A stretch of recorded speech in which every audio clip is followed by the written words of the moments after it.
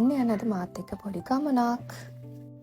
දැන් ඔයාලා මේක බලලා මේ කියකෝ කියලා නම් හිතන්නේ නැතුව කමෙන්ට් එකකුත් දාන්න යන්න අනිවාර්යෙන්.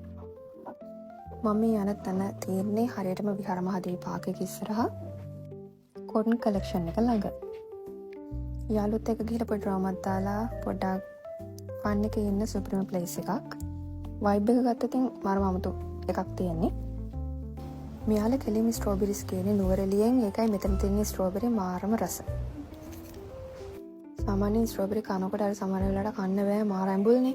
ඒකට මෙතන ස්ට්‍රෝබෙරි වල තියෙන වෙනස තමයි එහෙම ඇඹුලක් නෑ. ඒක තමයි විශේෂත්වය. ඔයාලා කලින් මෙතනට ඇවිල්ලා නැත්තම්, එහෙම නැත්තම් ඔයාලා කොළඹට ආපින් මෙතන try කරලා බලන්න. ඒ කියන්නේ වෙනම රසක් තියෙන්නේ. සාමාන්‍යයෙන් හිතෙන්නේ නැහැ මේක මේ වගේ දෙයක් මෙතන තියෙනවා කියලා. ඒක දන්න අය දන්නවා, නොදන්න අයට දැනගන්න තමයි මම මෙහෙම වීඩියෝ එකක් දැම්මේ. ඉතින් බකන්නේ ළඟ නැතුව කමෙන්ට් එකක් දාන්න.